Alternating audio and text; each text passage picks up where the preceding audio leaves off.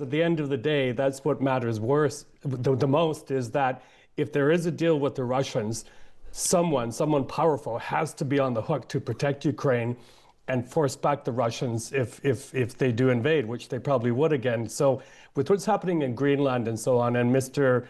Trump even attacking allies like my own country, Canada, it's very worrisome. And then one more thing, Mr. Trump is using as a kind of argument to take over Greenland that there are Russians around all over the place.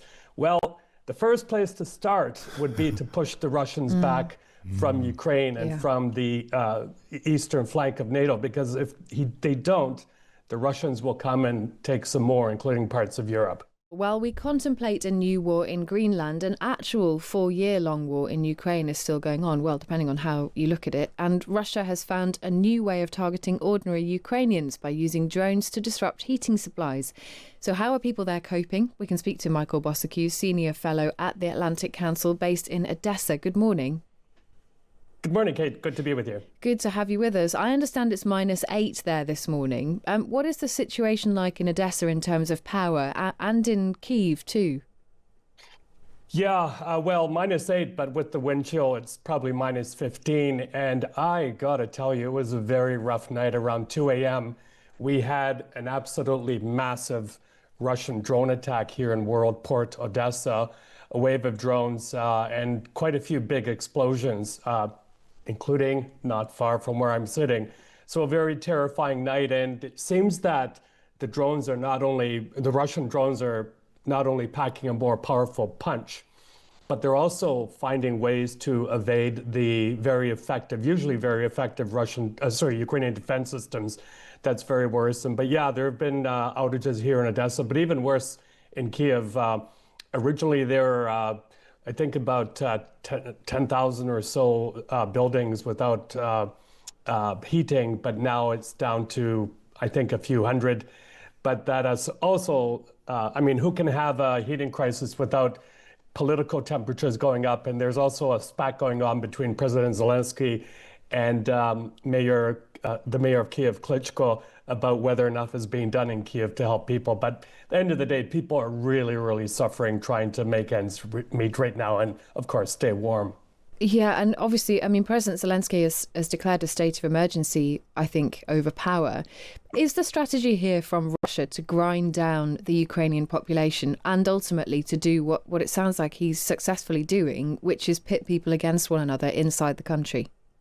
Yeah, absolutely. And I'm afraid to say it is working to some extent because it's not only that spat between Zelensky and Mayor Klitschko, who's a boxer, by the way, you got to be careful who you mess with, but also the wartime political unity that existed since February 2022 is unraveling very quickly.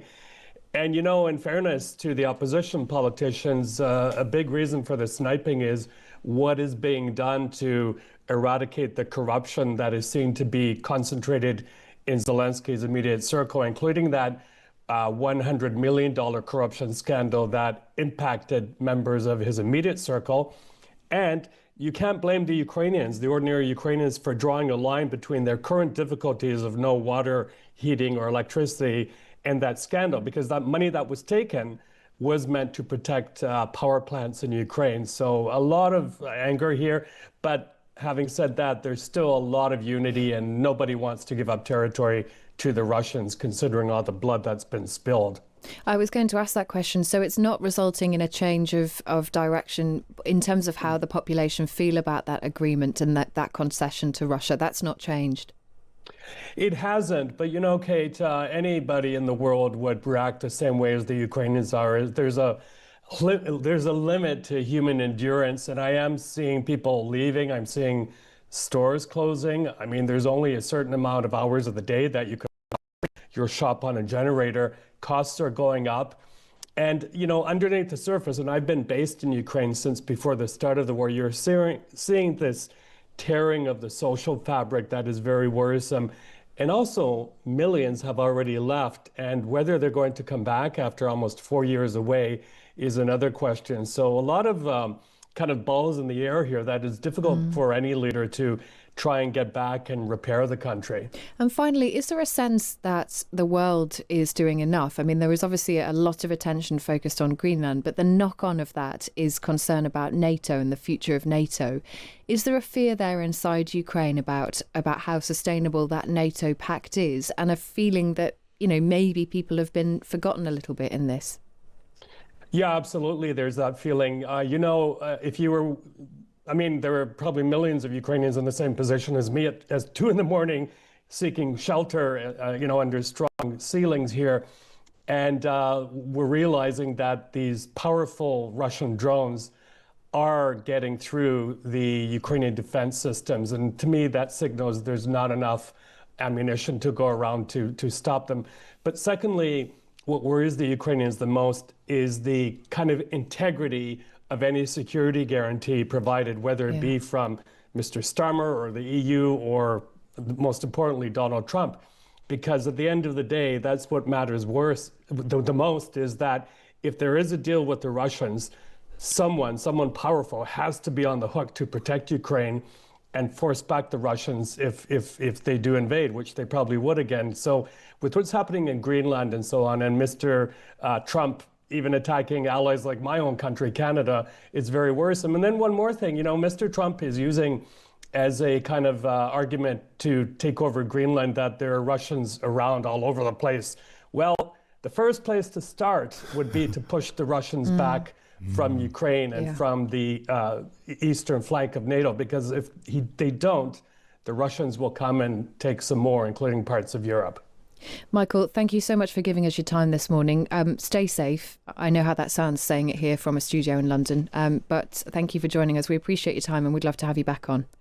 My pleasure. Thank you. Thank you. Michael Bociurkiw there, the Senior Fellow at the Atlantic Council, who's based in Odessa. Such a good point there. If Trump wants to tackle the Russians, then maybe Ukraine is the place to do it. Mark says, is Greenland Trump's way of walking away from Ukraine?